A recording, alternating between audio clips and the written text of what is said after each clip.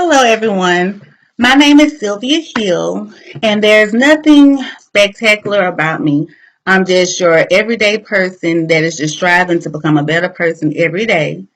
My brother and I have started a movement, Transcending Heights, and basically, what the whole purpose of Transcending Heights is to empower people to become their best selves, regardless of your background, regardless of your race, your culture, regardless of your beliefs. We all have a better self that we can be, and we can all give back and help others through the knowledge that we obtain.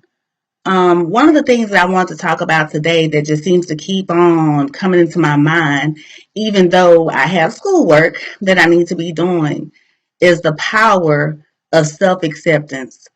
Self acceptance is so important. It's so critical, not only for ourselves, but in our relationships with others.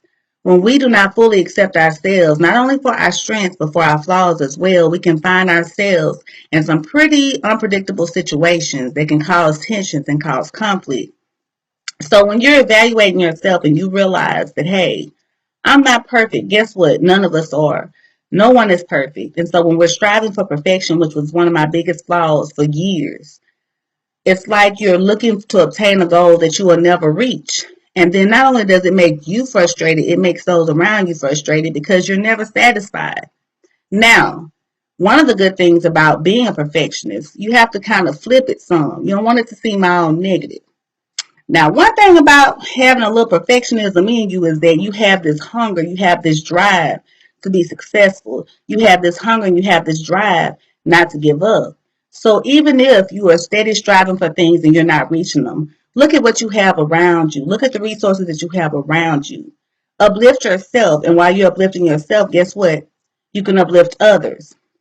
Don't get hung up on your flaws. Don't get hung up on someone else's situation because everybody's situation is different. Work on being the best you that you can be. One thing about life is it's a process. We go through processes every day, whether it's on our job, whether it's in our homes, whether it's just in society in general. Everything is a process.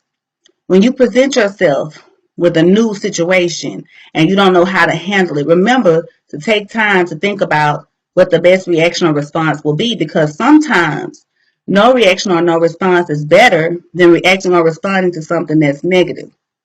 I was always taught you let a fool argue with themselves, and basically what that means to me is that eventually the person's going to stop arguing because who wants to sit there and just argue with themselves? But the more we engage in the negative interaction, the more we can create what they call a power struggle. And it just seems like nobody wins at the end of the day because we're just going back and forth, utilizing time that could be used for something else. So, what I'm going to say to you is be positive. Realize that you are accepted and loved regardless of your flaws. But you first have to realize that yourself. And don't give up no matter how hard things may be. Do not give up because I'm not giving up on you. And I'm definitely not giving up on me.